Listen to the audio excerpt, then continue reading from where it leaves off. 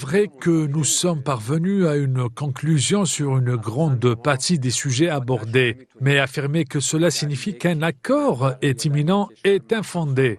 Pour les raisons que vous avez vous-même évoquées, en effet, aux États-Unis, l'élaboration des politiques et la prise de décision sont engluées dans une forme d'instabilité institutionnalisée. Les négociations portent essentiellement sur la fin de la guerre. Et à ce stade, nous n'abordons pas les détails de la question nucléaire. Dans cet accord, nous n'abordons pas les détails. La gestion du détroit d'Ormuz est un sujet de discussion entre les États côtiers du détroit. Quant aux délégations qui pourraient se rendre à nouveau à Téhéran ou inversement, oui, c'est possible. Si nécessaire, cela peut se faire. Mais dans les circonstances actuelles, nous n'avons pas prévu de voyage au Pakistan et aucun voyage d'une délégation pakistanaise en Iran n'est prévu pour le moment. Nous ne percevons pas de péage. Il n'y a pas de péage. À mon avis, il faut être prudent dans le choix des mots. Nous ne cherchons pas à percevoir de péage. Naturellement, ce processus implique la fourniture de certains services,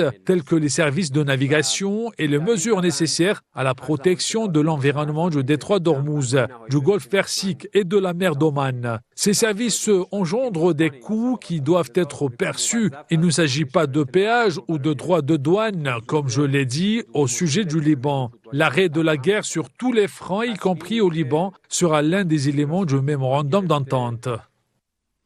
Propos tout aussi disparates venant de Donald Trump, le président américain a indiqué sur Truth Social qu'un éventuel accord avec l'Iran devrait être excellent et significatif, sans quoi il n'y aurait pas d'accord.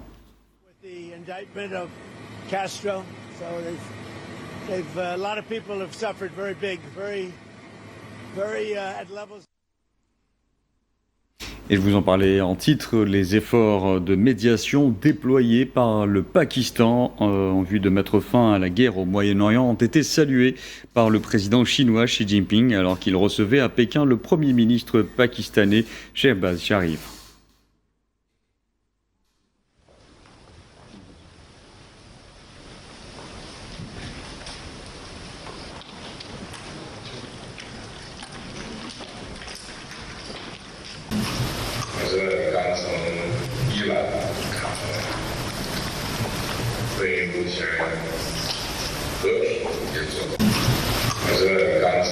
Je sais que vous venez tout juste d'Iran, où vous avez déployé des efforts positifs en faveur des initiatives de paix en cours.